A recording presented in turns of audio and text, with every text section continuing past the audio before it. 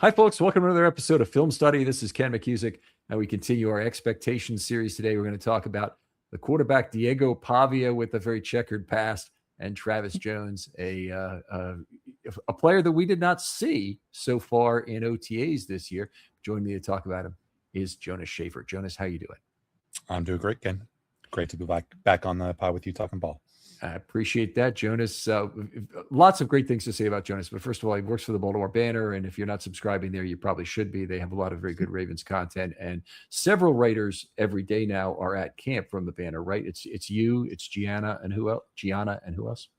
Yeah. And obviously, Paul Mancano is my podcasting partner, and he's out there helping with social video. And Kyle Goon is our columnist. And I don't think anyone cares because this is a Ravens podcast, but we did finally hire, as part of our expansion into DC, a Commanders reporter, Kevin Reynolds, who's coming over from the Salt Lake Tribune. So if any of you guys are from mixed families where you're a Ravens fan and your brother or dad or son is a Commanders fan because of Jaden Daniels or some weird attachment to Daniel Snyder still, then we will finally have Commanders content within we're recording this in mid-June, and the content should start flowing pretty soon. Very good. He's fully credentialed with the Commanders then, where he is yes, right sir. now. Very good. Okay. All right. Well, we're going to talk about two players, and we always start with the undercard. And in this case, the undercard is kind of the main event in terms of some of the news that swirls around this guy and seems to find him. But Diego Paia, 24-year-old now, spent 2 years in JUCO as a 0-star recruit, then 2 years at New Mexico State, and then 2 years at Vanderbilt, where his New Mexico State coach had moved, and he was recruited there as well. So he's gone all the way from JUCO to the SEC as a 0-star player, which is quite the journey. I'll let you start. What you want to talk about? Yeah, I mean, I think, well, I guess we should probably address the elephant in the room, which is that as of right now, on June 12th, he is on the Ravens roster along with Joe Fagnano, the other undrafted rookie who the Ravens signed before they signed Pavia to that 90-man roster. But there is a chance, and I would say a decent one, that at least one, maybe both of those guys is no longer on the roster by the time that we get into camp, just because looking back at the past couple of years of Ravens 90-man rosters and how it shakes out with the 53-man projections, and maybe you can recall, Ken, better than I can, but I can't remember within my few minutes of research when the last time the Ravens actually broke or started camp with 4 quarterbacks on their 90-man roster and kept it that way for a significant enough period of time. I mean, just to kind of open up the curtains to how these offseason workouts have gone, when the Ravens have had 3 quarterbacks, their top 3 quarterbacks in the building, you can maybe count on one hand the amount of snaps that Fagnano or Pavia has gotten. And considering everything that is at stake here for Lamar and Huntley, and to a lesser degree, Skylar Thompson, you don't want to be wasting any snaps on 4th-string guys. You don't want to be wasting any snaps, frankly, on 3rd-string guys. You want Lamar and Snoop to be learning as much of this offense as quickly as possible. And so for as many headlines as the Diego Paia signing made, and for as many headlines as he might make in camp with whatever comments he might make, which is obviously, I think, part of the discussion here that we should probably get into at some point, there's a very real chance that he is just back on the market, despite him being a Heisman runner-up this past year, just because of the numbers game the Ravens have, and the likelihood that they are just prioritizing feeding Lamar and Tyler Huntley as much info as possible through a fire hose over these next few months before the September season opener. Well, they're being remorseless about sitting Fagnano and Pavia at this point. They're not getting effectively any snaps, and I would agree with you. I cannot remember the last time that they. Well, I can't remember them ever previously having 5. Let me start with that. Yeah, never. And originally Minter was asked the question of is 3, 4, or 5 the right number, and he's somewhere between 3 and 5 is the right number, kind of thing. I think I'm with you that I think with a complete new coaching overhaul and a new offensive system with Declan Doyle and whatnot, that it doesn't really make sense to give a lot of snaps elsewhere. And people haven't been asking the question of me is who's getting more snaps, Skylar Thompson or Pavia or Fagnano? And I mean, Skylar Thompson's the clear number 3 quarterback. There's no question there. And I don't even think, I mean, you could give me your opinion on the matter while we're here, that Skylar Thompson's necessarily going to make the roster. I think he's most likely going to be a top of the practice squad emergency guy. And that means not the emergency guy on game day that's designated that way, because you can't be on the practice squad for that. But I don't see him on the 53. I think they have to make a deep cut into bone to get rid of somebody else. Like it might be Rasheen Ali if they were to keep a third quarterback. Yeah. I mean, if we're talking about the typical 25-25-3 breakdown for offense, defense, special teams, I mean, like, I'm sure you'll talk about this plenty as we get closer to training camp and then as we get closer to the cut downs. But when I went through after the draft, like how many guys I felt like were relatively safe on this Ravens roster, it felt like the bubble on this team will be very, very small and thus like very tightly packed. And I don't think you can make space for a third quarterback on this roster, considering how many young guys you've drafted, how many young guys you've brought in through the undrafted ranks who've made this team. It makes a lot more sense, I think, to keep someone like a Marquise Robinson than a Diego Paia or a Skylar Thompson on this roster as a third quarterback. Yeah, I would agree entirely. And Marquise Robinson, we've seen a lot from in camp, and he was terrific in last year's preseason. Very exciting, young player to me. Didn't play that well at Arkansas. In the SEC, he wasn't that effective a player. But he's looked really good, and he's looked good in the OTAs to date as well, I thought. Yeah. Let's talk about Pavia's background here, because first of all, one of the things that really strikes you is just how short the guy is. He's under 5'10", I would say, although he measured in at 5'10" at the combine. And I think he was at the Senior Bowl. He was 5'9" and change. Players of that height don't make it in the NFL. I guess there's a possibility he could become the next Doug Flutie and go to the CFL and be an effective quarterback, or stay in the UFL and play there for a few years. But there just are limited options for any quarterback who's trying to get through at that height. His arms are 28 5/8 inches. That is just extremely short. Amazingly, his hand size is not that small. For a quarterback, by the way, that's very important. And the Ravens fans who remember the Tony Banks era in Baltimore will remember how he was a fumble waiting to happen pretty much on any blindside sack, and had about a fumble a game for his career at one point. Didn't quite end up that poorly, but you want to have decent hand size. And I think that's one of the reasons why I've seen kind of a wobblier ball from Pavia, is that his hands aren't completely full sized. And that really helps in terms of throwing a tight spiral and a nice clean ball. If you look at his mock draftable spider chart, it's pretty funny because it is 0 percentile in height for quarterbacks, first percentile in arm length, 28 5/8 looks like, and then 9th percentile in weight at 207 pounds, which like I'm sensitive to, obviously, but also I don't know that Lamar, for instance, is that much more heavy than 207. I mean, wasn't he playing around 205 last year or the year before? That's always something that gets me a little bit skittish about Lamar, just like how relatively light he is at a position where you would prefer guys to be more Fernando Mendoza thick.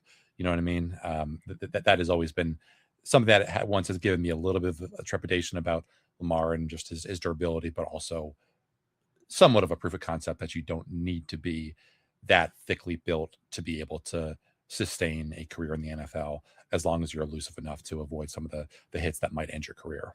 Yeah. And that's what's proved to be Lamar's real strength, is that he's been extremely good with understanding where blindside pressure is coming, almost like he has eyes in the back of his head.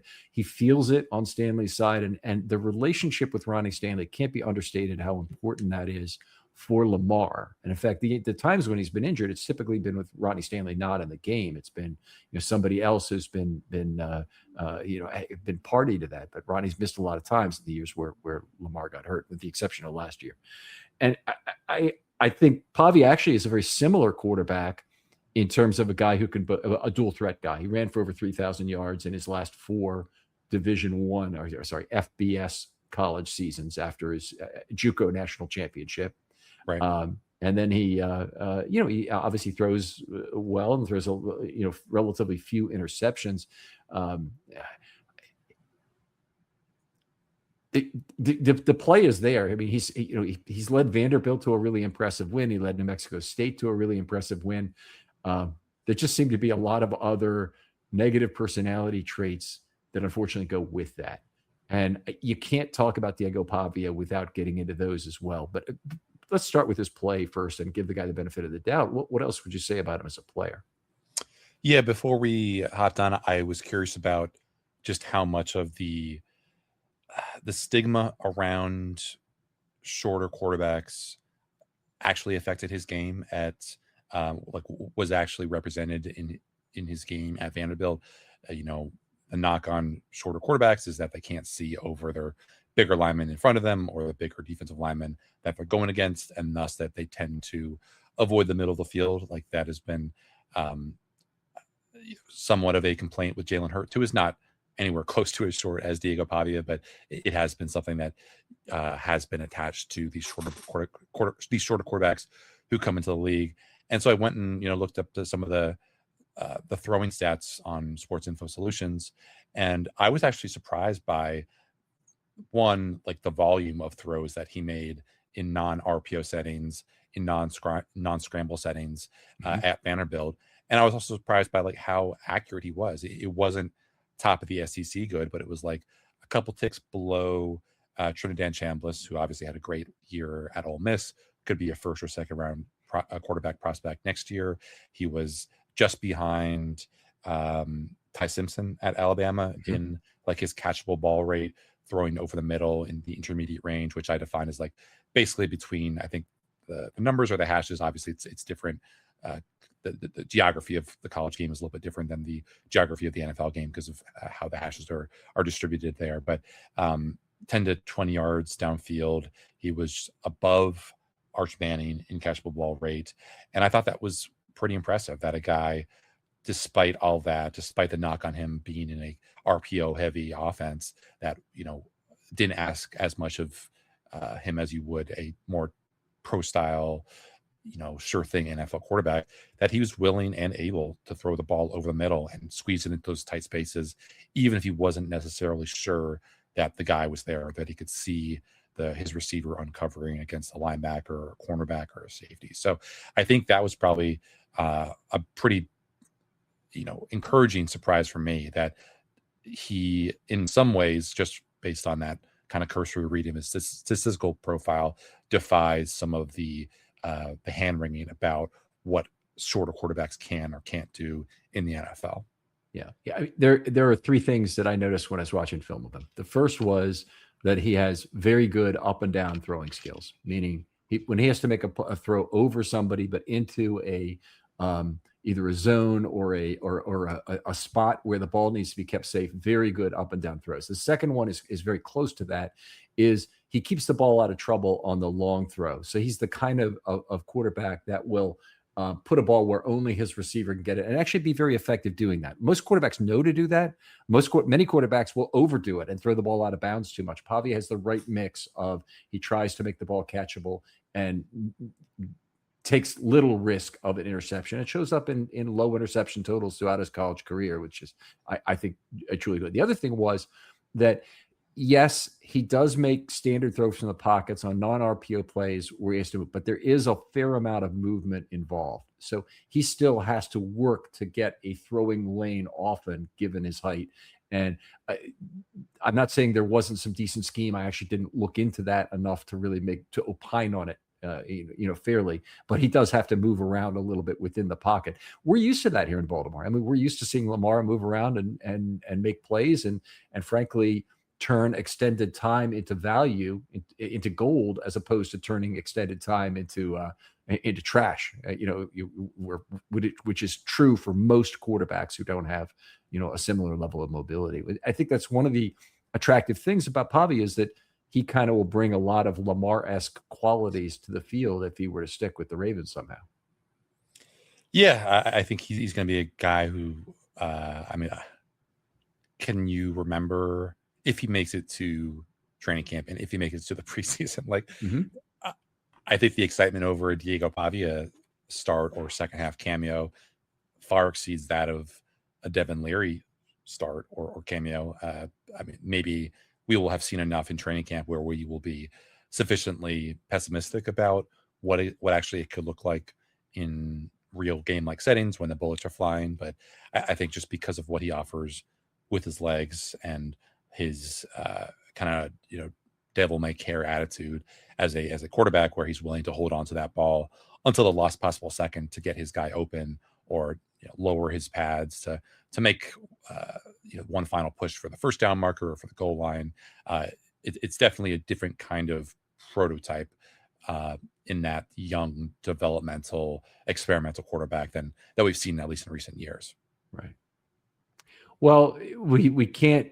We're not going to spend forever on Diego Pavia here, and I think we've talked a fair enough about his play. He's had some very big wins.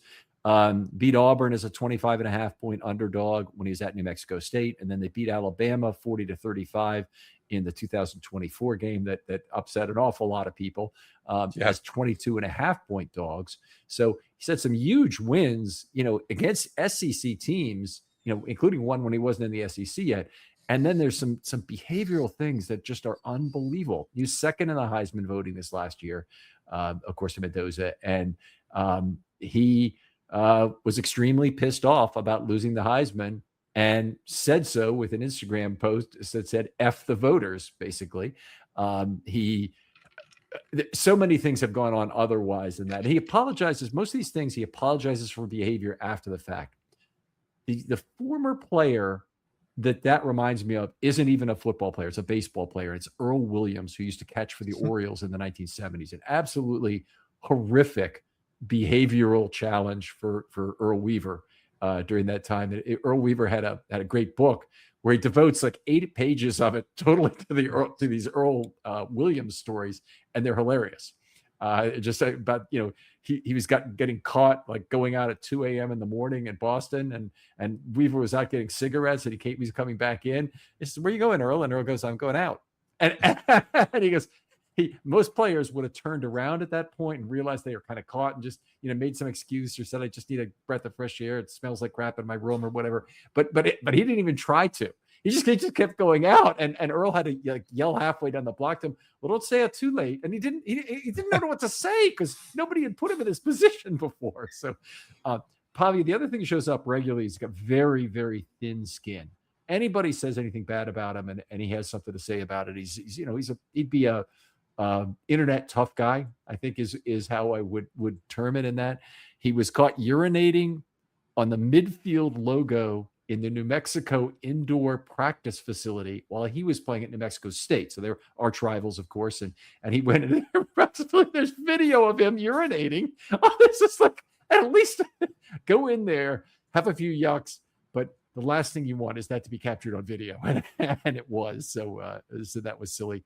And then to top the cake off, this is a guy who's now going to represent himself. I mean, to me, having Lamar Jackson represent himself, that could be problematic. We've seen, the relationship between the Ravens and Lamar isn't perfect, but I can't even imagine, Diego Paia and how upset he'd get with each contract exchange if he were ever a significant player here.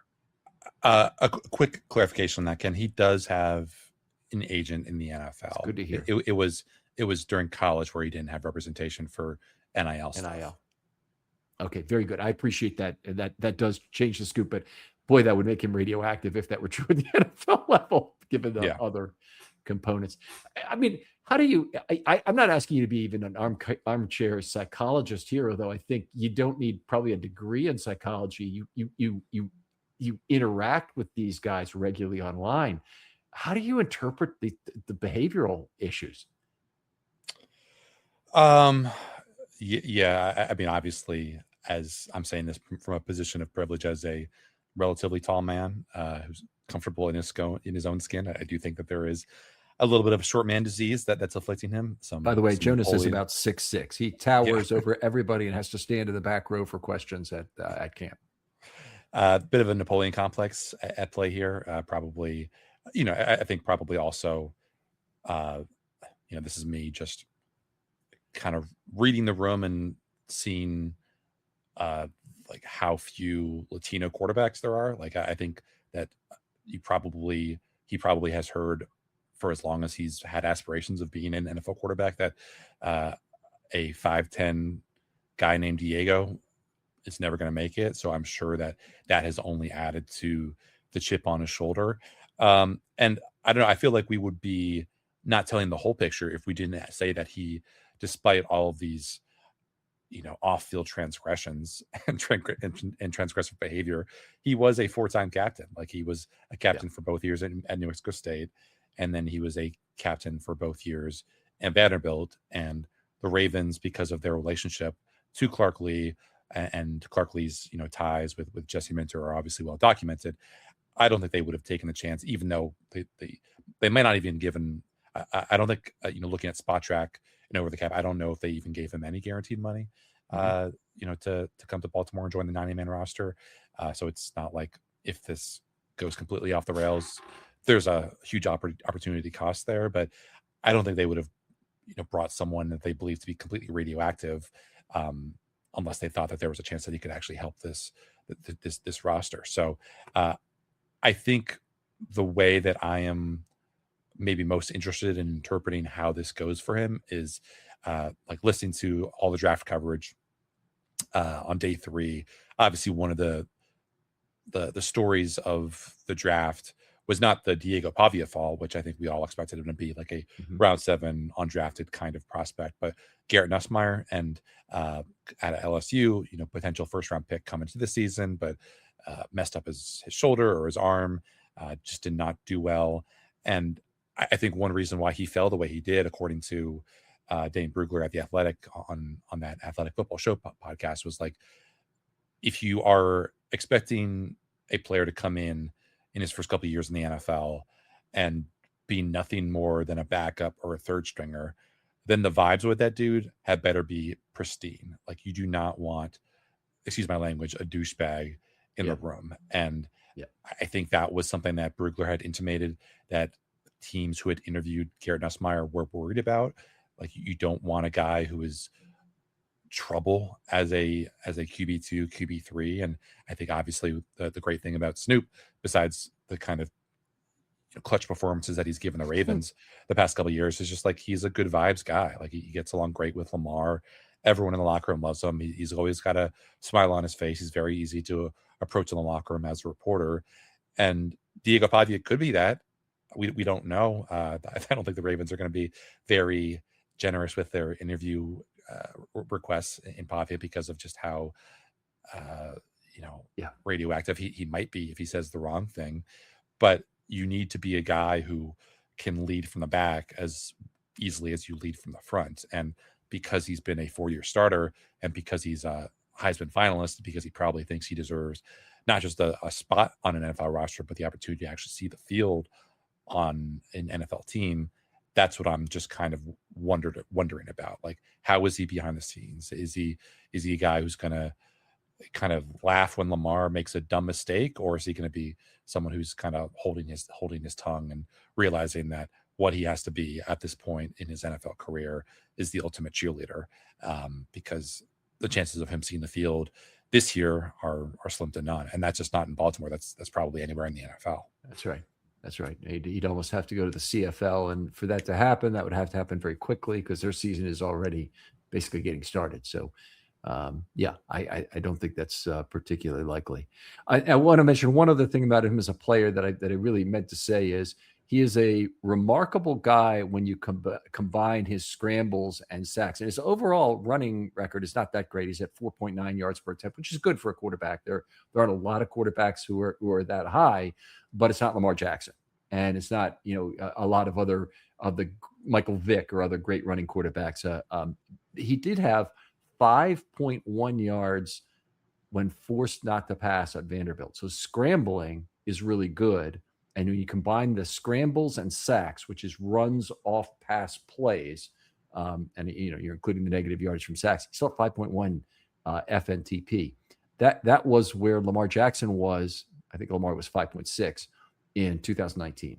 And those are the highest numbers I've ever seen. Those two specific figures, the highest I've ever seen. I haven't looked into a lot of college quarterbacks to try and dive deeper into that, but there's real talent there as a combination of a runner and passer and a guy who gives defenses trouble when he gets free. Yeah, and looking at some of the PFF data, he was pressured 158 times this past year at Vanderbilt, sacked only 21 times. So, obviously, I think one of the better stats that PFF has maintained and hopefully continues to maintain, despite all the layoffs over there, is their pressure to sack ratio. It's a pretty good indication of just how well you do in managing the pocket and getting the ball out quickly and thoughtfully. And his pressure to sack ratio was 13.3%, which I think is pretty solid. I think if you're under, I mean, that's just their number for sacks, right? Divided by their number for pressures, which was 148.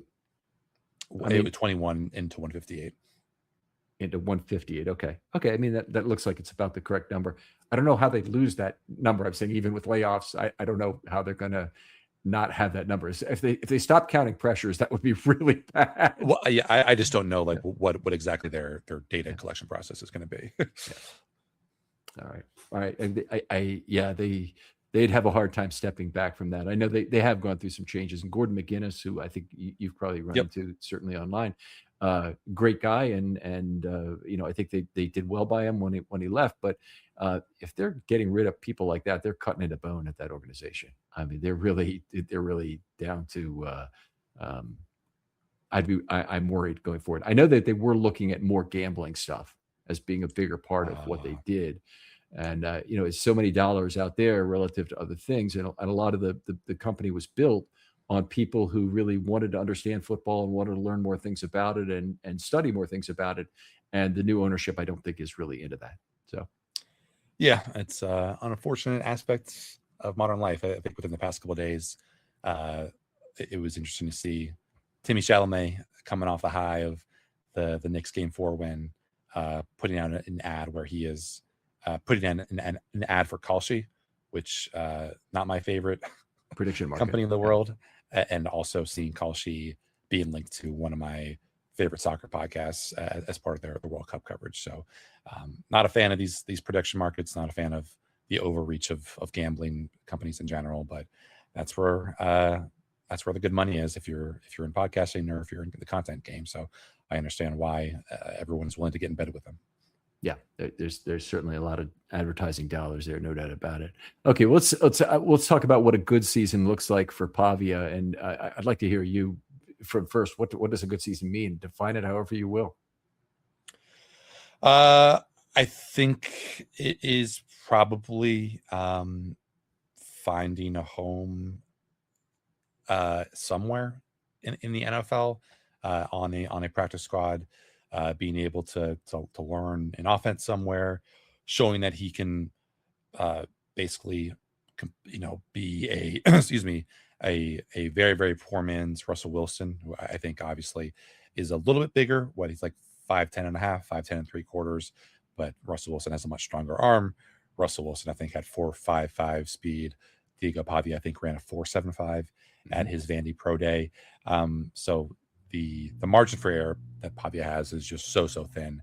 As a guy who is not tall, is not especially well built, does not especially have an especially strong arm, but if he can do enough mentally, behaviorally, productively to catch on somewhere and be a practice squad quarterback, then I think that would definitely be a huge win for a guy who basically no one wanted to sign to any kind of big time bonus money after he went undrafted, despite being, like I said, a Heisman Trophy finalist.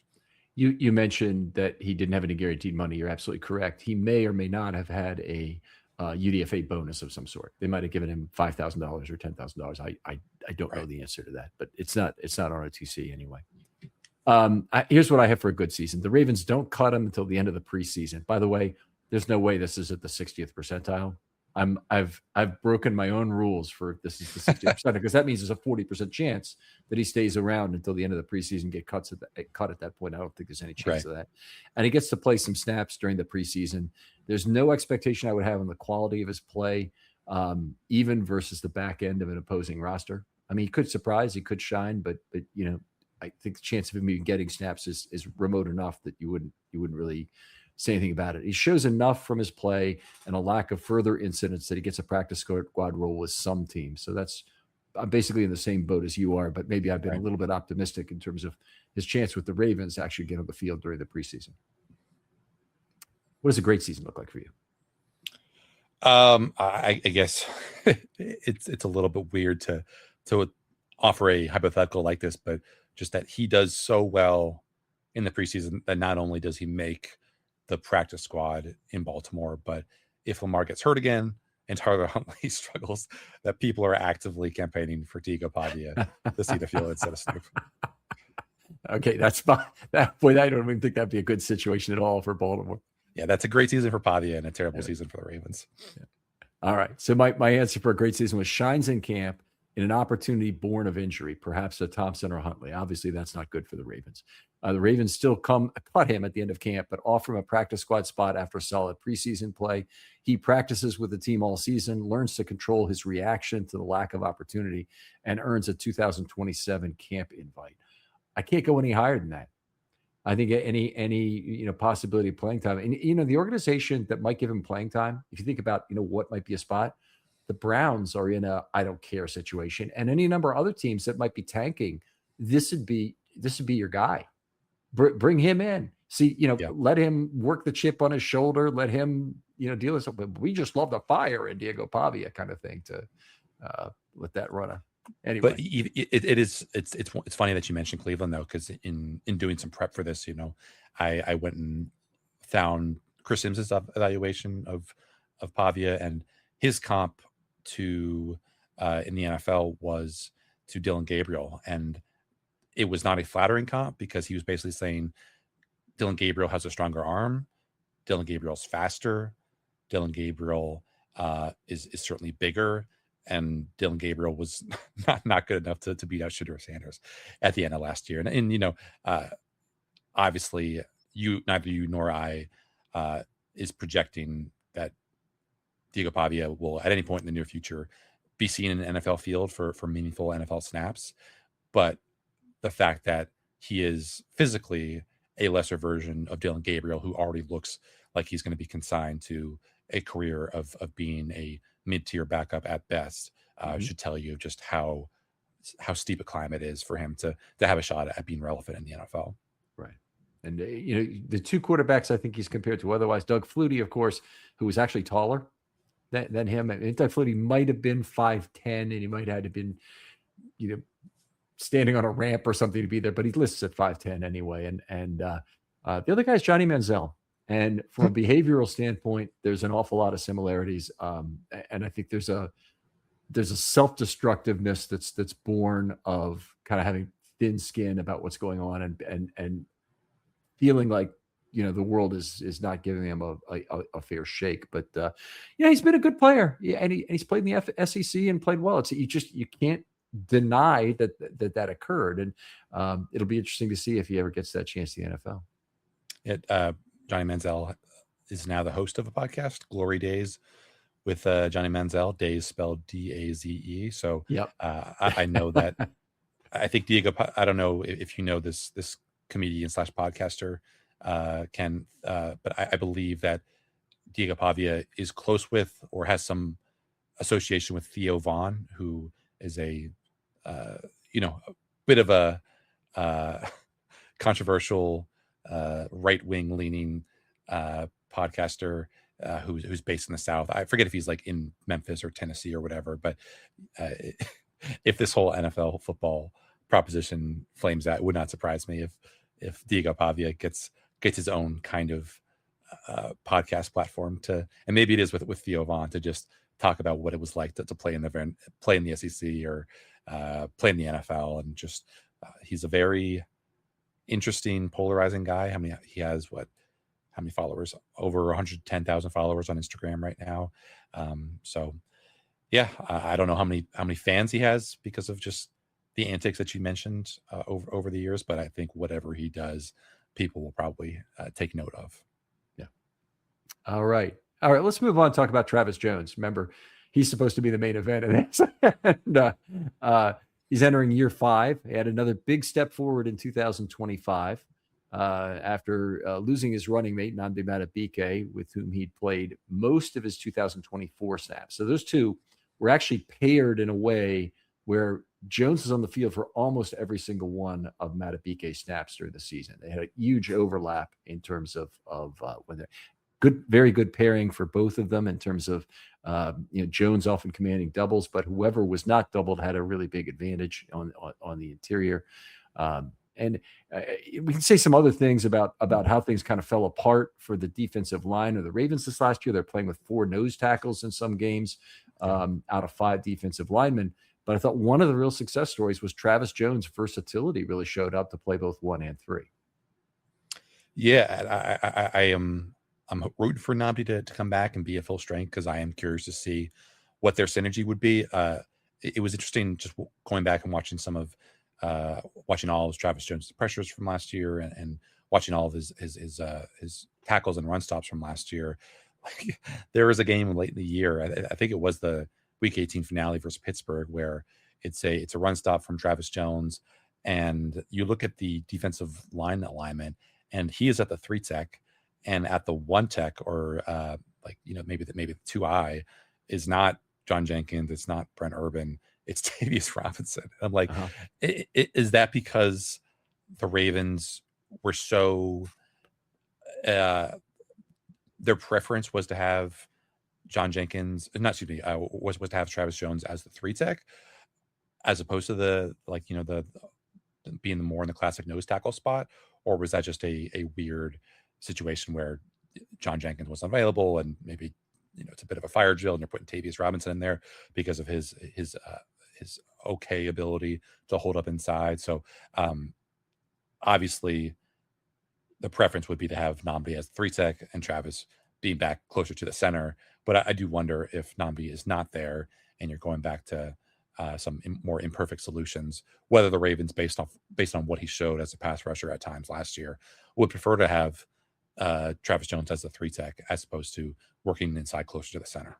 So, okay, first of all, what you're mentioning last year, what would have happened package wise would have been, and I could probably look up the snap you're talking about to see when did Jones and 3 outside linebackers play on that included Tavius on the play, but almost certainly that was an obvious passing down where they they lined up a little differently than what you normally expect, but they may have a code to reverse the 2 and just have it look a little different to the offense, so they're not they don't exactly know how to deal with the situation where he's at 3 instead. Jenkins and he, when they played together this last year, did extremely well, each of them, in terms of the offense not knowing how to do this. John Jenkins had the best year of his career. I mean, he's re-signed, and a lot of that was he owes to Travis Jones. And Travis Jones, when he moves to 3, yes, sometimes he gets a guard straight up, sometimes he gets a down block from the offensive tackle, and sometimes they'll try and do something else weird where they'll try and get the center out there anticipating the cross the face move from Travis. So they have a lot of different ways. Offenses have a lot of different ways they have to deal with Travis. But the one common thread is they almost always try to figure out how to get him blocked first. And that's why when I make comments about Travis Jones, this was true of Haloti Ngata, certainly when he was here in a very similar way, is that's where all of the blocking decisions have to start for the offense. And they really usually are figuring out how to double the biggest, quickest guy so that they can figure out how can they best deal with their other stuff they've got going on from the edges. Do they have a chip block for this guy? Is it always got to be one-on-one for the 3 tech if it's Jones at the 1? It makes the job very difficult for the offensive coordinator when you have 2 guys on the inside who can get a little bit of push. And the teams that have had that, like the 2000 Ravens, have done very well with it. two quick things. Excuse me. Looking, I just found that play that I mentioned to you right at the top. It was a 2nd and 8 play in the second quarter. Jalen Warren, left guard, to Pittsburgh's 28 for 1 yard. So it was closer to a passing situation than a neutral situation, but it is still notable to me that Tavius Robinson is kind of in the frog stance, lining up between the center and the left guard there, and Travis Jones is on the right guard's outside shoulder.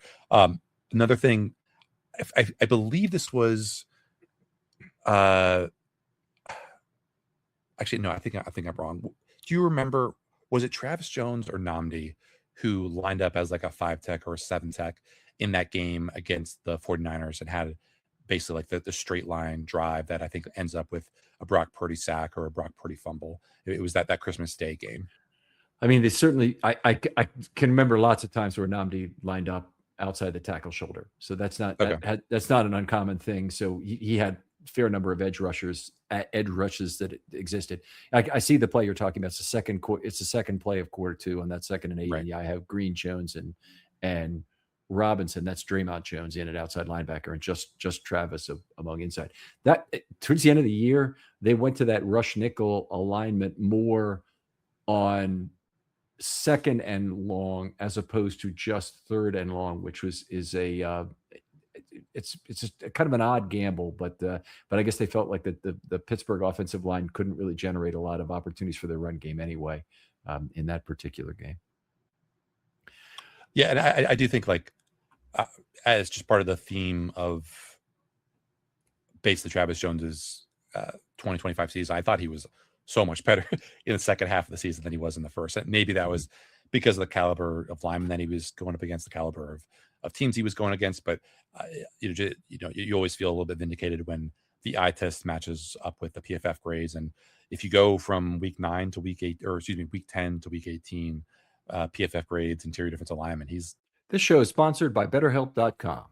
For some, summer is their favorite season. Travel picks up, kids are out of school, and adventure is the focus. For others, juggling it all can be tough. It can make you feel overwhelmed and can make you count down the minutes until the kids are back in school. I know I look forward to summer as a time to take a break, but as a self-employed person, time spent away from my work is time I stress over wasting. That's where BetterHelp comes in. BetterHelp is a quality therapists who work according to a strict code of conduct and are fully licensed in the U.S. BetterHelp does the initial therapist matching for you so you can focus on your therapy goals. A short questionnaire helps identify your needs and preferences, and their 12 plus years of experience and industry-leading match fulfillment rate means they typically get it right on the first time.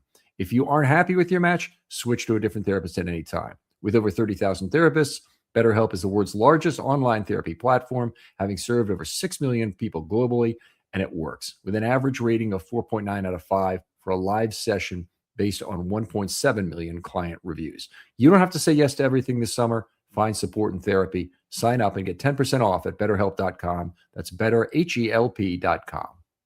Top 5 in overall grade, and very dominant. One of the best run defending grades, a average to good pass rush grade, and I think it matches kind of what we saw, and that's an encouraging thing because I'm sure one of the themes that you probably want to hit on is just how productive he was despite playing as much as he did.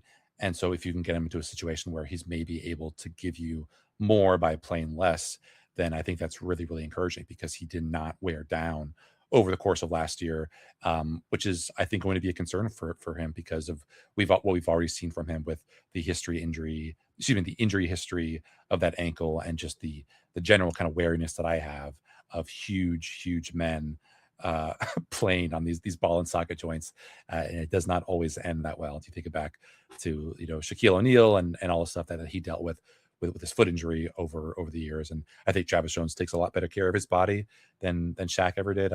One of my favorite little details from a press conference last year was after he signed that extension. Like I asked him basically, when was the last time he ever took a few days off from lifting weights, and he said, like, I don't know, 2 or 3 days.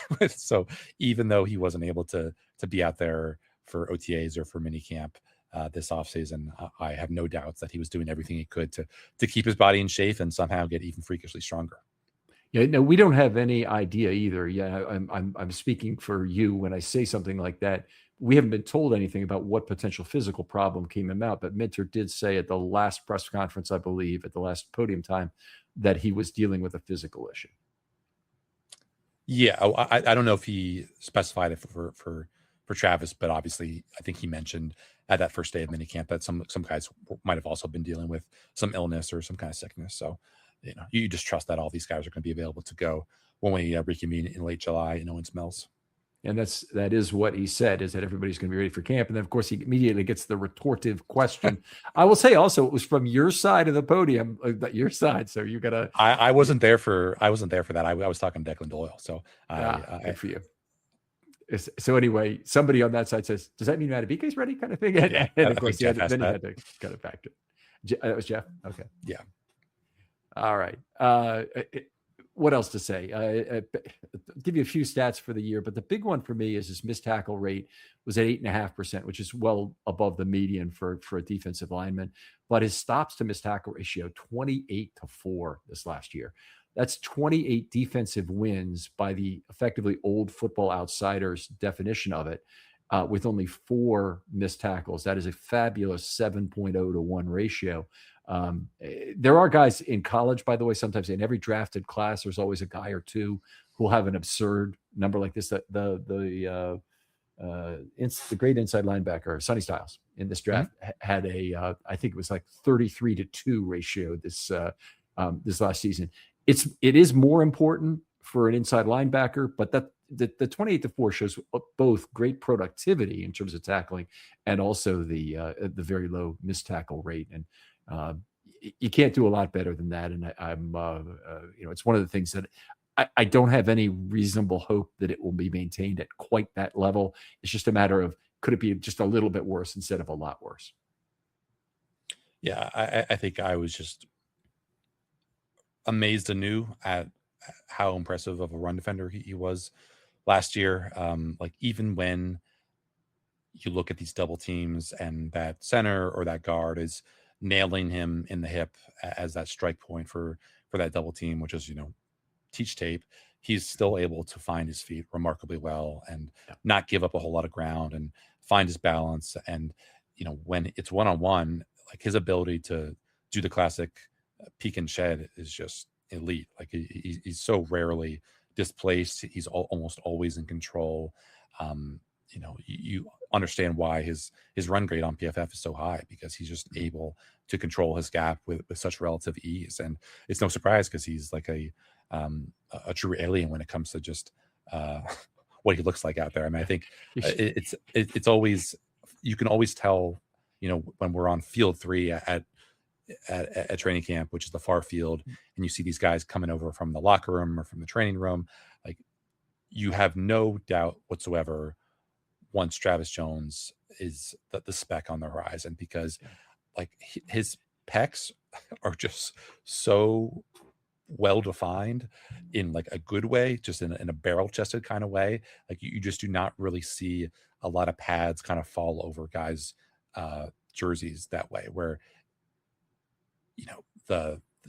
I don't know, it's a very distinctive silhouette that I think is testament to just how incredibly well built he is as a physical specimen. This does not really come across watching normal TV of a game. You don't really get a sense of just how enormous, at least I don't, the Travis Jones is. You get in his presence at the podium, or watch him when he's 20 feet away on the field. Boy, he's a monster. He's an absolute gigantic man.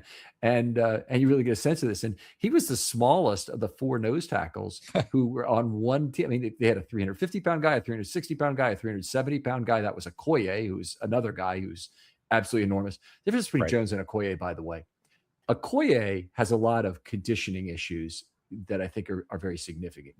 That's not Jones' problem at all. He'll pass the conditioning test right away. Okoye gets sent to the stationary bike, or he did last summer a few times, and that's not a good look. And one of the times he played about 2 plays and he's out of breath already, and they sent him over the stationary bike right away. And then you see a few minutes later he's still there, and John Jenkins is with him, kind of thing. It's just they're differently built physically, and the Jones is, and he's He's a terrific player. I want to comment on one thing you said earlier, also, which is his improved run defense. He really did improve, and one of the things specifically that I noticed him improve on was his foot placement. Now is much better to deal with double teams than it had been in the past. He used to be susceptible to getting washed out by double teams, Right. When they would go 2-on-1 on him. But you'll if you go and watch camp this summer at some point, and I know a lot of you will be attending at some point, take a look at the defensive linemen and how they prepare with work to set their feet against double teams. It's like you kind of have each of your feet is set at kind of a 90-degree angle to the player who's blocking you. And so you have a chance to take care of both. You have some leverage against each block while you're doing that. And Michael Pierce used to be a magician at this kind of thing in terms of putting. Brandon Williams, certainly had that quiet about him. But Travis Jones is now a guy who certainly has that, and that'd be the one reason that I think the Ravens might not want to move him away from significant nose tackle responsibilities, is that they kind of want that foot setting for the run game to be their pillar around which they can operate. Yeah, I mean, obviously, a lot of the defense's system this year under Minter is going to be predicated on, like, can you defend the run with a light box? and the best way to defend the run with a light box is to have the best run stuffer on your team in the most advantageous position possible. So obviously they could have a lot of flexibility up front with, if Nnamdi comes back and looks anything like he did in his glory days. Calais is obviously still, just because of how technically sound he is and how big he is, another alien that they have up front. Who knows what they're going to get out of Brody in his reunion with Broderick, in his reunion with Anthony Weaver. Okoye, what if he takes another step forward? So I'm excited about what this run defense can do. I was also excited about what this run defense could do last year. And then, you're talking about just guys getting wiped out on special teams. You think back to just how bad every single one of those guys was, with maybe accepting Travis Jones in that game against Detroit, where basically the defensive front for the Ravens could not do jack shit against that Lions run game. It was just so bad. I mean, that was probably that Broderick Washington tape was as bad as I've ever seen him play, and probably not a surprise that that was maybe the last game that we saw him in. I forget if there was any snaps for him in future games after that, but that whole defensive effort was just abysmal. And you feel like, even though I have still some trepidation about Trey Hendrickson and his run defense, and also Mike Green and not being a huge guy to hold up physically at the point of attack, you do feel like the Ravens, at least at the edge spots, have the pieces and the size to be competent there and perhaps do what they want to do to amplify the strength that they should have inside. Right. I think they're much better suited this year with Tavius and Zion both being potentially good early down edge setters. Yeah, for sure. Zion Young has been fun to watch. But Minter made a comment that seems to be right on the money, that you have to tone him down for these practices. These are non-competitive, non-contact practices, and you're trying to just give the other guy a good look and try and learn something from each other about how you're getting off properly and whatnot. And Zion Young looks like that's not easy for him to do. He's got one speed and it's 11, kind of thing when he's playing football. Did you take note and thus tell your fabulous followers about the rep that he had against Emory Jones on the first day of mandatory minicamp? So this is where he got into the little squabble afterwards. I forget. I don't know what happened afterward, but yeah. I cannot remember seeing, just because it's. I think what is exciting about Zion Young in terms of us talking about him is just so rarely do you see speed to power rushers flash in camp, because it's very, very hard to kind of win that way while also being respectful of the quarterback's feet and body. But there was one rep there, I think on Tuesday, the first day of minicamp, where Zion Young, again, I don't think he'll ever be confused for a speed rusher, but he starts low, goes low, gets into the shell of Emory Jones and just jacks him up. And just bull rushes him like 2 or 3 yards back, if not more, at that right tackle spot. I'm like, holy moly, that was unbelievably impressive. And again, I still don't really know what to make of Emory Jones at this point in his development. I saw, K'Mon Rucker giving him trouble a couple times during minicamp, so I'm a little bit dubious about where exactly his best fit on this roster is, or just how good he might be at the stage in his development. But the fact that Zion is flashing with a technique that is typically not highlighted in these camp settings, I think has to be really promising for Ravens fans and for Ravens coaches, of course.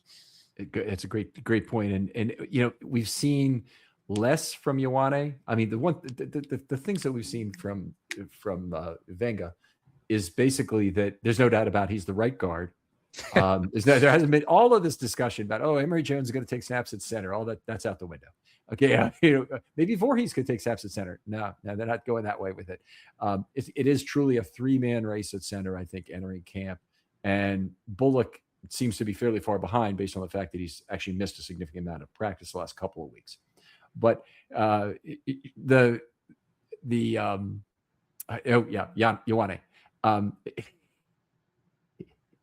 he has not been able to put on the physical show, or not taken the direction better, I'll say, to not put on the physical show that he could have.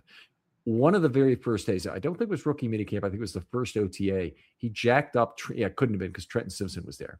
He jacked up Trenton Simpson in a way that I noted. And it was, Trenton Simpson is now a very big man. He weighs about 238 pounds. He's the size of a Mike linebacker. If he can learn to play the position, he could be the answer there for post Roquan, or he could be just, he's a will linebacker and then he's dependent upon Buchanan to move to that spot. But my point is that he came in to Ioane, and Ioane had the appropriate level. He was under the pads of Simpson as he came into it. I think Simpson was expecting less contact. He got straightened straight up, literally straight up and almost off the ground by Ioane. And it's one of those things that you look at it and get very excited about an individual rep. But I didn't see him really destroying other players for the rest of this OTA the way I think it could happen during the regular season. I just got very excited about that rep. Yeah, obviously we don't want to step on the toes of whoever is doing the Ioane pod, but like I do, and tell me if this was your assessment of him from watching the Penn State tape. Like I was much more impressed with him in pass protection than I was as a run blocker. Like there are a couple wow plays, like I think I mentioned on a couple other like pod appearances or radio appearances where like you turn on the tape of the Penn State Rutgers game. I think in the first play, literally from scrimmage, is Ioane getting into, I forget if it's a run block or a screenplay, but it is him taking a dude, a second level linebacker or safety for a ride and pancaking him, just like making it look easy. But the rest of it is just him being technically sound, getting to his spots, being efficient in his movement as a puller and all that stuff. But it is not it's not at like as many pancakes, for instance, as like Keelan Rutledge, the Georgia Tech guard / center who went late in the first round to Houston. And like, that's fine. I think, as you have talked about many times on this podcast, that you would much rather a guy be a blue chip pass protector anywhere along that offensive line than a blue chip run blocker, just because of what is most valuable in the NFL. Right. Yeah, it's absolutely true at every single offensive line position. But we won't go too much into Ioane because we did already do that pod. But he is a guy who I think is exciting in so many ways. It's just we haven't really got to see it yet in the time we've watched. Let's go back to Travis Jones, because that's who we're supposed to be talking about. And he signed this 3-year extension. Now, weird thing with Travis, of course, he reportedly had some sort of trouble getting to camp on time, missed his physical, and that ended up costing him, or was set to cost him, a year of service time. And Travis had already filed a grievance about it, and it was supposed to be arbitrated, I believe, in the next couple of days. And the Ravens and he got together and basically said, let's hammer out a contract that works for both of us, given that neither of us kind of wants to go to arbitration. The Ravens have a wonderful way of lubricating negotiation decisions with that are born of some sort of conflict like this. Yeah, I mean, it happened with Rashad Bateman, and Yep. uh, that deal has not aged as well as I think the Travis Jones deal will. But it is something that has come up a surprising amount of times, considering just how rarely you see situations like this get litigated in the NFL. Yeah. And it is odd that it seems to be a couple here in Baltimore here. I think conditions for Travis are going to be better this year. And if you think about, the entire environment around him, I mean, we've listed Roquan Smith say that he can only control, his own reaction to the environment, and he can't, deal with what's going on around him. But I think it really should be a legitimately better situation for Travis Jones this year. Certainly better personnel around him in the line with Campbell, the possible return of Matabike, Hendrickson playing right next to him. Nobody's been talking about that, but the chance for stunts and twists there should be not insignificant in terms of what they can do on tackle end basis there. Yeah, I think that is probably one of the under the radar elements that I'm most excited about.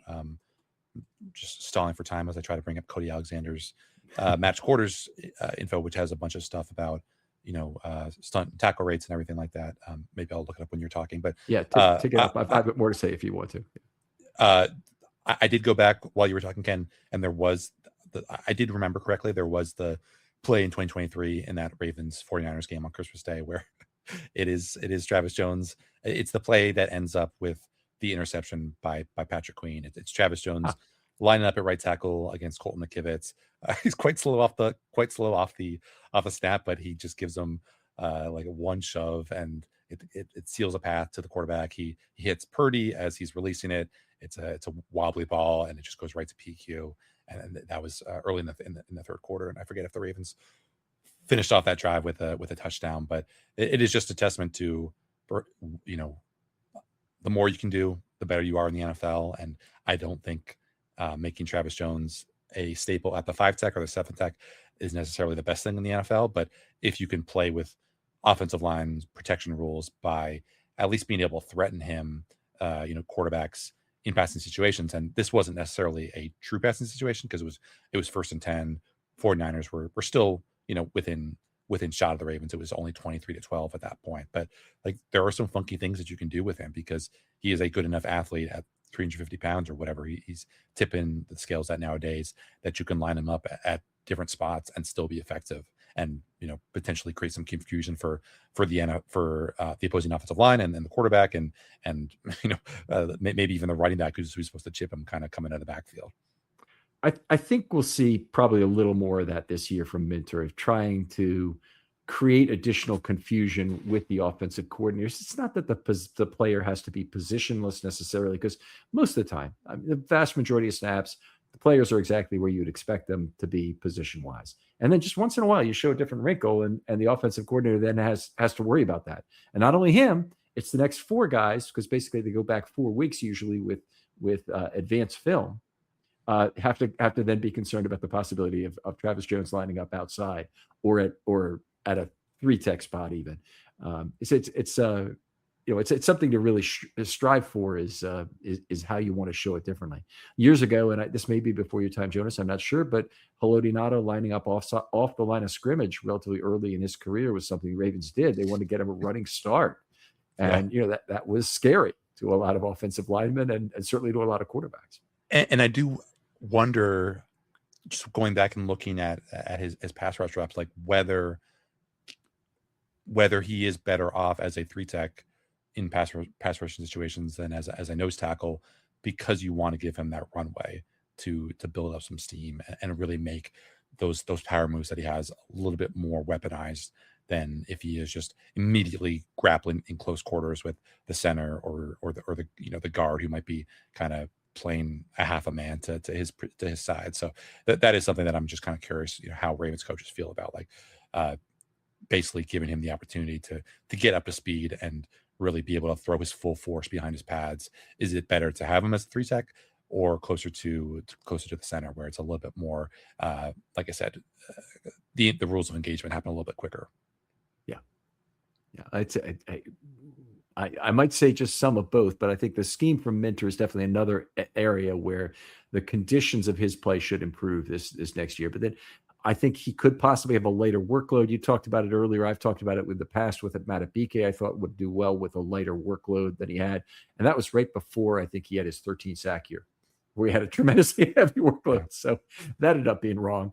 But anyway, you gotta admit these things when they happen. And then I don't think that even if Travis Jones has an absolutely marvelous year and is the kind of dominant force he was for the second half, I don't think that necessarily means he gets 5 sacks again, or that he gets, let's say four sacks times 2 that he might have had in the second half, which some people are projecting, bigger numbers. It doesn't always work that way, but it can be that it allows the Ravens to rush with only 4 more often, that they can be more effective doing so, that the back end ends up holding up better, and that other players, whether it's Hamilton or either end, or Zion Young breaks out and has 6 sacks as a rookie, or that sort of thing happens.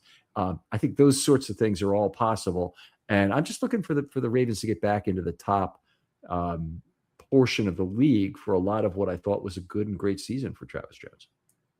Yeah, I think it's interesting you mentioned the synergy with Trey Hendrickson, because I think based on how Travis wins, which is like, I don't know, I went back and looked at some of the highlights for what's his face, Vita Vea, who is like similarly sized. I think Vita Vea has a little bit more twitch to his game.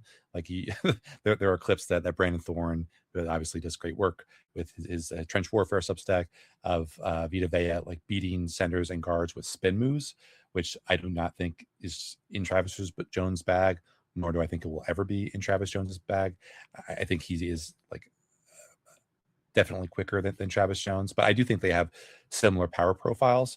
But all of which is to say, like, I think the best pass rushing environment for Travis Jones is to have him be the pocket pushing force on a pass rush that comes together like the Seahawks did last year, where you didn't really have a true blue stallion of that group. You just had a lot of guys who did a lot of things very well and were able to just compress the pocket and feel like, make these quarterbacks feel like they had nowhere to run, no room to breathe. And when you talk about Trey next to Travis, it's like Trey usually wins one kind of way, and it's not really with a power move where he is just kind of knocking the opposing left tackle or right tackle into the quarterback's lap. It is winning with that incredible get off and turning the corner and getting to the quarterback that way. And I do wonder, obviously you would much rather have Trey Hendrickson next to you than not, but I just wonder, when we're talking about like what is the ideal kind of team setting for Travis Jones to go from a 5-sack guy to an 8-sack guy, is it being like the cleanup dude on a pass rush arsenal that is a lot more of the Seahawks mold than the kind of speed rushers that the Ravens might be relying on with Mike Green and Trey Hendrickson? So a couple of things about that. The first is that he'll play basically every snap next to Hendrickson if he's at nose tackle, because Hendrickson doesn't play anywhere except for right defensive end or right outside linebacker. So he's literally just a handful of snaps last year that he played on the other side. And if you're talking about like where could Travis Jones be best, I think if Travis Jones were with the 23 Ravens and had the same kind of role he has now, and it wasn't, and he did kind of take over, I think, the pass rush specialist role kind of in the second half of that year from Michael Pierce, if I recall. But he would be a guy who would do very well with initial pressure being created by potentially other players, and then getting there as the finisher. I'm not saying he would go to 8 or 9 sacks necessarily, but already, like Pernell McPhee and like Haloti Ngata, he's a guy who really drives this pass rush from the inside. I don't think there's any question about who's the key guy who sets up what pass rush the Ravens have had, certainly last year, but even going back to years before that. And the 2014 team, where Pernell McPhee was his first step, was drawing tons of double teams, and McPhee beat double teams. That was the other thing. I mean, the guy was a one-of-one kind of player in his time that could play outside linebacker, move inside, and beat a double team. he just drove the entire pass rush, and Doomerville and Suggs got all the credit for the high sack numbers they posted. I think in some ways this team could be similar with Travis. When did Trey Hendrickson do a lot of stunts? Like, was he involved in a lot of stunts and twists in Cincinnati? In my mind's eye, like when I see a typical Trey Hendrickson pass rush, it is him just turning off that corner. I do not have information on that. I really don't. More of what I like about that combo is that you get Travis Jones as the under potentially, and Travis Jones like blocked by half a man each way, where there's a peel off play and somebody has to try and pick up Trey Hendrickson. Right. I think is something you want to add to Trey Hendrickson's bag of ways he can get to the quarterback. And people don't always get this, but the underneath player seems to be kind of sacrificing himself as a pick player or whatnot. It's usually not the case. The guys who are the underneath players usually end up getting the really good pass rush opportunity out of this because they end up getting peeled off to take care of the player who's looping, and you end up getting a much better opportunity off of that. And so the Ravens have had a number of guys, McPhee, Jernigan, Travis Jones, and others who Arthur Jones as well, who could do very well as the underneath guy. Yeah, and again, I was hoping, it looks like the information that I was trying to find from Cody Alexander is behind his paywall on his Match Quarter Substack, but just looking at some of the information that has been rendered into a chart from FTN. So this is from December 10th, 2025. So December 10th, 2025, excuse me. So probably a pretty good estimation of just what the Ravens season-long trends were. They were well below average in terms of pass plays using a defensive line stunt. It looks like the average was about 17%, and they were closer to, it looks like 12 or 13%, and the Bengals were even less than that. It looks like they were closer to 12%. So yeah, do you have the league average for that? Because I'd love to know for when I talk about these things. I don't know it. It looks like it was about 17%. Okay, just if that's what if I'm reading this chart correctly. Okay, and that's 17% of plays had a stunt, or stunts divided by plays is 17%. This was the X what my math knowledge is failing me. The X line, not the numerator denominator. Yep. Is percentage of pass plays using a defensive line stunt. Okay, I can send you the chart. Okay, I'd appreciate that, because there's a double twist that goes on, but most stunts are one exchange, but there can be, the play used to be called an X's and O's football. You guys will remember this, a double twist Willie, and you'd have two twists going on at the same time. They still do that a lot in NFL games, but it's probably 1/15 or something of the totals I could estimate it from that. Anyway, terrific. What does a good season look like from Travis Jones? We got to get to this, and I'm sorry we've been holding you on to you much too long. No, man, it's all good. I mean, I think honestly, like, a good season for him just looks a lot like it did last year, where he is one of the better run stuffing interior linemen in the NFL. You get some flashes of takeover ability as a pass rusher. You get a full season's worth of games from him. He continues to be a guy who leads through just his conduct in the locker room, where he's really just kind of sets the tone for the defensive front there. I know, like, guys like Tavius Robinson just kind of are in awe of the kind of work that he puts in behind the scenes to be as good as he can be. I just think that what the Ravens, if you were to drop him into free agency, the deal that he would get would be a lot more than the deal that the Ravens gave him last year, because of those weird arbitration circumstances. I just think the world of him. I think, like I said, the way that he finished last year, even though it wasn't as flashy in terms of pass rush wins or sacks as someone like, Jeffrey Simmons or Quinnen Williams, I just think that he played like a Pro Bowler.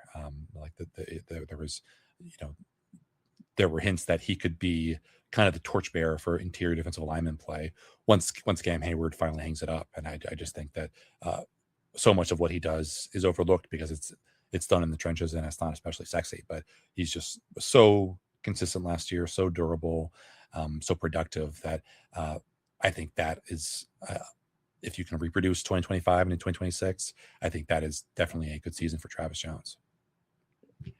All right, I'll read mine off. I said small steps forward in technique and ability to win more one-on-one, and when doubled as a pass rusher, shows improvement in ability to deny space. Snaps dropped to 63%, and he was at about 68% last year. And I've seen two different sources that have two different numbers on this, and I've got to actually just check my own charting here. But I'd say if he dropped to 63%, I think that would probably be a good thing for the Ravens, and plays nearly 100 fewer snaps. And the reason would be a return to more snap count wins by the offense. So offense and the defense, whoever you want to blame it on. Last year, the Ravens were very atypical by losing snaps by about 100 total for the year, over 100, as a matter of fact, which was not good. I want a stops to missed tackle ratio to take only a small step back from the 7.0 to 1 level to maybe to what 5.5 would be fine for a good season. I think the front of Hendrickson, Jones, Campbell, Matabike, and Green, and a free agency vet reinsert the Ravens into the top 40% of the league in sacks. You can add Zion Young to that. You can add Tavius Robinson to that if you want. What's good about the Ravens pass rush is they do have a lot of fair amount of depth as pass rushers, which they certainly didn't have last year in terms of additional guys that could generate pressure. But anyway, top 40% of the league in sacks is what I'd see for the team overall. And that number is so intertwined with Jones' production. I think it's the primary thing I'd look for him. Him personally, he could go to 2 sacks, 1.5 sacks. That'd be fine if the Ravens got back into the top 40% in the league as a whole. Yeah, works for me. I think a great season for him is just taking another step forward as a pass rusher. Like looking at some of the SIS data, this was kind of surprising to me, just because, again, when you think of Travis Jones, you don't really think about him as a productive, like as an uber productive pass rusher, but in snaps from the 0 tech to the 3 tech, so basically the prototypical spots for an interior pass rusher, he finished 3rd in the NFL in pressures, tied for 2nd in the NFL in pressures, 35. The only guy who had more last year was Kobe Turner of the Rams. So the caveat with that is that Kobe Turner got 36 pressures with 351 pass rush snaps. Gervon Dexter of the Bears got 35, same as Travis Jones, in 303 pass rush snaps, and Travis Jones was over 400. He got his 35 pressures in 420 pass rush snaps. So obviously, you want to be more productive on a per snap basis, and there are some flashes on tape where you can tell that he's kind of sort of putting it all together in terms of having a pass rush plan. Like there's a pressure that he got in, I think it was either the first or second Bengals game, where like he's looking for that classic hump move, which I just, when he hits the hump move, which is just the classic Bruce Smith, I am bigger and stronger than you, so get the hell off me kind of move. It is like a beauty to behold, but he doesn't hit it.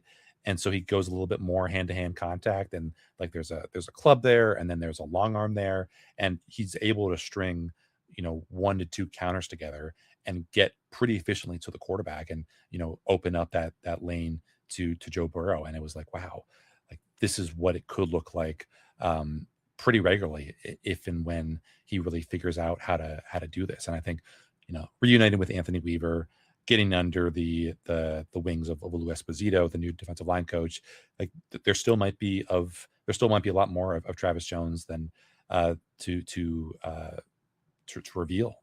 Like there's a lot more potential that maybe he still has yet to realize. And so I'm just excited to see what he can do to become potentially like a really, really good top of the scouting report kind of pass rusher, because there's just so much ability there, and I still think that there's a lot more that he could do. So I think, like, if we're talking about what a 90th percentile Travis Jones season looks like, based on the expectations that I have for him, it's like he's in the conversation for the best nose tackle in the NFL, even if he's not necessarily playing at that 1 tech or 0 tech spot as much as like a Dexter Lawrence, for instance, would be. Yeah. Okay, well, I think that very fair.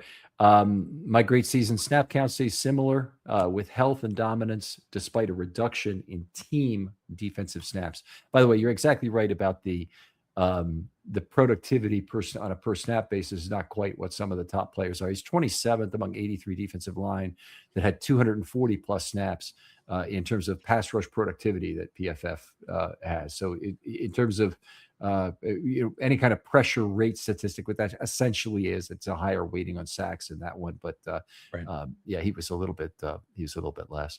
I want his stops to miss tackle ratio to stay at 6.5 or higher. That is a lofty goal, and it means he's going to have to miss not many tackles. He's got to continue to be productive, which is exactly, of course, what the Ravens need out of him. Takes another modest step forward as a pass rusher with more pass rush contributions, and I still think that'll come with a lower sack total than 5.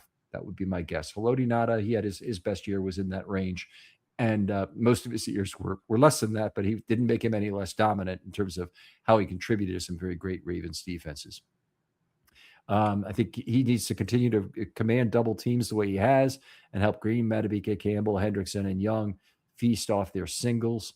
All of them have characteristics, by the way, which make them outstanding one-on-one pass rushers. The Ravens have 5 guys that can win one-on-one matchups. I'm not putting Tavius Robinson in that category, which some people would. They might pick up a vet. They might get Jadeveon Clowney back. He's certainly another guy who can do that kind of thing. But the Ravens have the one-on-one pass rushers. The guy they really need is the internal guy who draws the doubles. And it's an I dare you not to double him situation. That's what the Ravens need from Travis Jones. So the Ravens pass rush and sacks, if that is put together, I say return to the top quartile. With a combination of better game scripts, improved play in the secondary, and better scheme. The scheme could be a matter of you're rushing 4, but they don't know where the 4 are coming from. It could be a matter of more deception, and it can be a matter of just staying within themselves as a pass rush unit and deciding that they have to rush with fewer sometimes to get the coverage sacks they need to cover the exits that way. But a lot of ways to get there into the top quartile. And the Ravens have shown that themselves in the past, finishing first and second in the NFL in sacks in consecutive years before this last year. And they did so without, the high-end individual pass rushers to do it. Yeah. I think I'm curious to see what the sack breakdown ends up being this year, and of course, just how much of that sack production can be made possible without having to blitz or disadvantage your back end. I think probably the biographical point that has not been made that we should probably bring up is like Travis is only 26 years old. He turns 27 in October, and again, I don't want to burden him with the expectation of being a Vita Vea type who's like, 2-time Pro Bowler, maybe potentially like a guy who makes the Hall of Fame ballot. But you look at Vita Vea's first couple of years in Tampa, age 23 season, 3 sacks, age 24 season, 2.5, 25, 2 sacks, age 26, 4 sacks. And then he gets to 27, 28, 29, and at 6.5 sacks, 5.5 sacks, 7 sacks. And he went down to 4.5 last year at his age 30 season. But I think it just goes to show you that, especially inside, it does take a little bit longer than these edge rushers who come into the NFL for guys to figure things out and to really understand how fast you need to win and what kind of tools you need to have to be able to put yourself in a position to succeed as a pass rusher. So like I said, the best still might be ahead for Travis Jones as a pass rusher. And if you can have that kind of similar takeoff to Vita Vea, while not giving up a whole lot as a run defender, then you're talking about a guy who's like one of the better defenders in the entire NFL. All right. Well, I certainly agree, and he's probably my favorite defender on the Ravens right now in terms of a guy who can really get it done and help you in multiple ways. But I'm also glad. I appreciate you spending as long as you did on the show. We're about an hour and 22 right now. There'll be some additions to that by the time this gets out there. I appreciate you folks staying to the end of the podcast with us. Jonas, really appreciate you coming on. Always appreciate a good cerebral discussion about football with you. You bring obviously a lot in terms of understanding of the game and having an analytic interest in it as well. It's not solely, but you've also got the insiders, ability to be at practice and to be regular credentialed media. It's all great to put together in one package. Tell folks where they can read your stuff online. Yeah, thebanner.com. Follow me on Twitter at Jonas_Schaefer. Yeah, just the usual spots to look for stuff. Okay. Other folks out there, thanks for listening again. Use hashtag Film Study Mailbag for your questions. I'll direct them to the appropriate play. And if you want to do a short, this is your time of year, because I've got about 5 weeks here where we can do some recording and get some additional shows in the can that will be sparsed out throughout some time during training camp and even during the regular season when there's a day off or so. Jonas, appreciate you coming on. Thank you, Ken. Appreciate you having me. And we'll talk to you next time on Film Study.